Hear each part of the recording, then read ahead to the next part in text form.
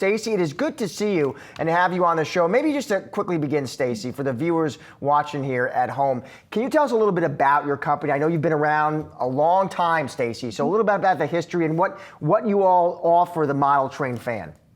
Yeah, thanks so much for having me, Josh. Happy to share. We're a 93-year-old family-run and operated business, owned and operated business, founded by my great-grandfather, who's over my shoulder here, founded the business in the Depression.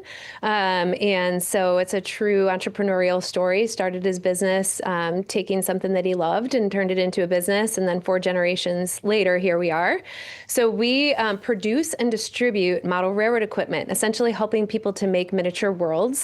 So we're a producer of product in our own Walthers branded product line in pretty much every category that helps a model railroader to do that.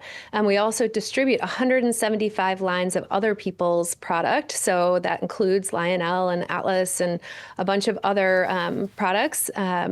And we sell to hobby shops all over the globe. We also sell direct to consumer. So we're really in this thing, and we're in support of this hobby, which is model railroading, and also hobbies in general. Stacey, let's get to a big issue that I know is front and center for you and a lot of small business owners, which are the Trump tariffs. Walk us through what they mean for your business, the ripple effects. Where are your trains made, Stacey? So there's various categories of things that we produce, and much like the big world, it depends on the kind of specialized skill set that you need to make the thing. So when it comes to locomotives, which have digital control and sound and a lot of components, and they're highly technical, they've got a lot of detail, like the ones that you're putting up on the screen there for your audience, those are all produced in China. And so if we're a producer of that product and that impacts us, it also impacts all those other companies I just described who also represent the same product. So we've got some that are made in other parts of Asia, but if you look at certain product categories, we're never made in the US. This is something that the skill set was developed, in Japan. It advanced in China, and really the whole model railroad industry shifted their supply chain about 30 plus years ago. So with 145% tariffs, it's really calling into question whether we can still bring in that product, whether we can make it long term. It's a discretionary item. We're in a hobby business. So the pricing that you would have to increase to absorb that tariff is pretty onerous for somebody who might be choosing a hobby. And our core customers being, boomers, people who might be on fixed incomes, and then families on the other end, the new customer that we want to get. Their budgets are being pinched elsewhere by rising prices. So we get hit in a couple places here. So with the plan B, Stacey, as you try to think through this, if your costs go up, is the plan, okay, you eat those costs, Stacey, you pass it along to the customer, the model train fan? Would it be a mix of the two? How you try to think through the various scenarios here? Yeah, so we've got a lot of scenarios, like a lot of businesses do, right?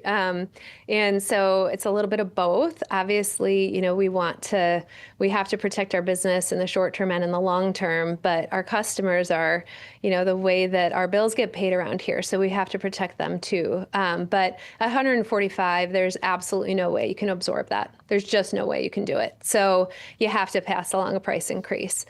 Should they go down to a more reasonable level? I think that we have the appetite to absorb a lot more and have the impact on our customers be a lot less.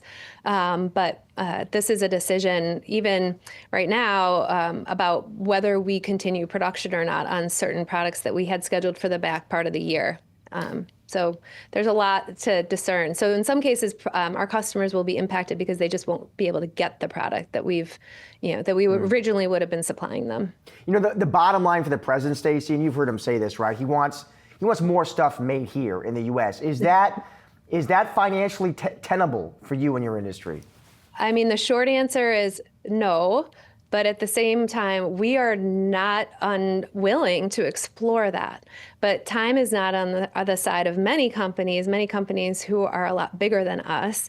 As I like to say to my team, big companies have some shock absorbers that are likely a lot bigger than our shock absorbers. So the time element of that, I think some product categories are more likely than others, and we've started to explore that. But right now, we have to make the short-term decisions that we're making, so we don't have a lot of time to do that.